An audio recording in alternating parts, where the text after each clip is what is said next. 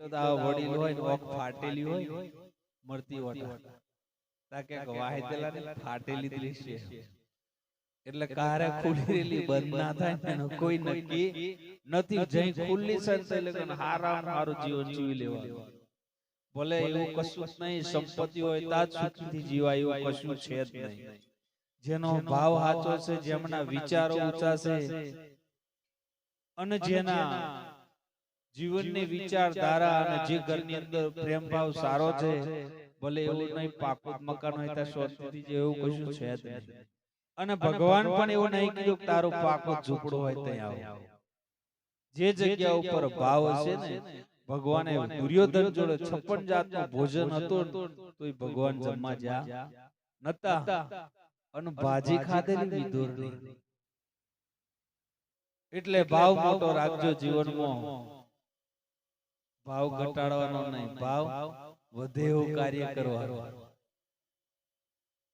હવે અને આગળ સંગત ની અંદર પણ કીધું કે કોને કેવા કોને જેવું જીવન જીવવું હોય તો એક દિવસ નોના બે શબ્દ છે એક દિવસ જંગલ ની અંદર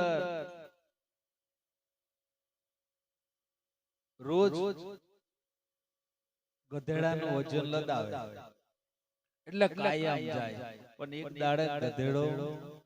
એની બુદ્ધિ અજમાઈ એટલે વજન ભરેલો એટલે આગળથી ઊંચો થયો આ વજન હોય કઈ જાય બધો પડી જાય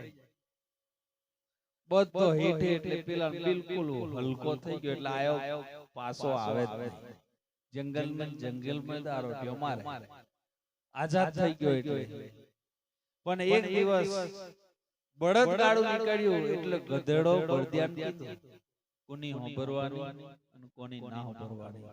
જીવનમાં જો મારું તમારું ઘર ઊંચું લાવે એવો શબ્દ ફેંકે એના જ શબ્દો હોંભરવાના કોકના હોંભરવાથી દુખી થવાય અને કોકનો સાંભળવાથી સુખી થવાય ફરક એટલો પાંડવોને ભગવાન કૃષ્ણનો સંગત મળી ગયેલો અને દુર્યોધનને મોમાં શકુનીનો સંગત મળી ગયેલો ફરક એટલો જીવનમાં સંગત કરો તો કેવાની કરજો પાનબાએ કીધું સંગત કરો તમે એવાની કરજો ભજનમાં રહે ભરપૂર એવાના સંગ કરજો એવું પાનબાએ પણ કીધું છે સંગત કરો તો કેવાની જોઈ જોઈ કરવું કેમ કે મિત્રની અંદર બગડે છે મિત્રની અંદર સુધરે હોય છે પણ કેવા મિત્ર બનાવવા અને કેવા નહીં બનાવવા દુઃખ પડે તો ઉપડી જાય એવા મિત્ર કોમ લાગે નહીં મિત્ર હોય એટલે કદાચ જીવનમાં ભલે એની જોડે કશું ના હોય તો શબ્દ કાઢે વાંધો નહીં હું બેઠેલો છું આટલું જો બોલે તો એનો શબ્દ કોઈ દાડે નહીં છોડો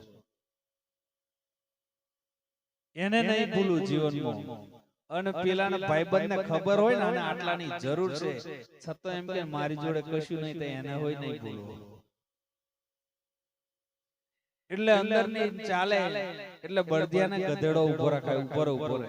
આ હું બધું તું લઠાલી ભરે કે તાકે મારી જેવી બુદ્ધિ અજમાય મારી જેવો થા તાકે તું હું દાળ મારી તાકે મને તારી પેટર લદાડતી લા પણ જંગલ મે આઈને આગળથી ઊંચો થઈ ગયો બધું નેચ તાકે વાત તો સાચી તારી અજમાવા જેવી તો છે પણ મારી વાત બળદિયાએ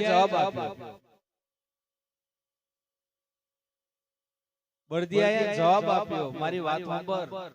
તાકે હું છે મને હોય ફાવે છે ઉલારવા મને હોય ફાવે છે પણ મને એક શરમ નડે છે તાકે હોની મને એક વાતમાં શરમ નડે કે જે મારી જનેતા છે જીવનમાં યાદ રાખજો જીવો તો મા બાપનું હંમેશા ગમે તેવા મા બાપ હોય પણ મા બાપનું નામ ઉજળું રહે મા બાપનું નામ ના બગડે ને એવું જીવન તો જરૂર જીવજો આપણાથી કદાચ નામ સુધારેલું એનથી વધારે ના બને તો વાંધો નહીં પણ જે બગડે હોય એનથી પણ બગાડીએ ને એવું જીવન કોઈ દાડે નહીં જીવવું એટલે બળદિયાએ જવાબ આપ્યો કે તારી જેવું કોમ મારાથી ના થાય તાકે કમ,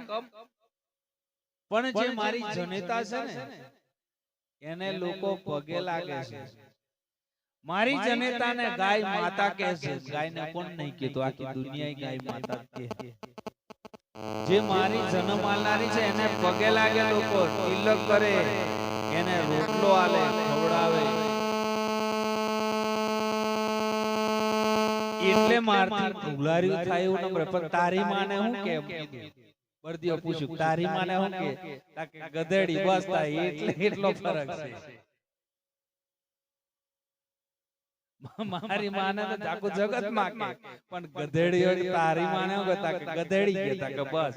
એટલો ફરક છે. એટલે હું લાર્યું કરું.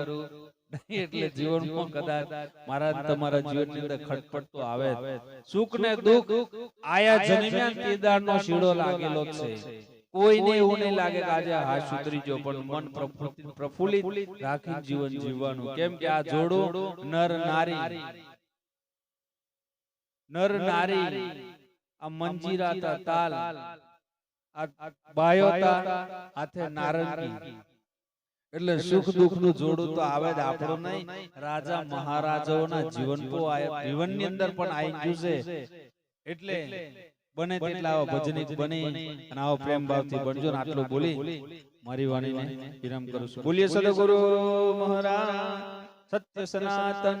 ધર્મ.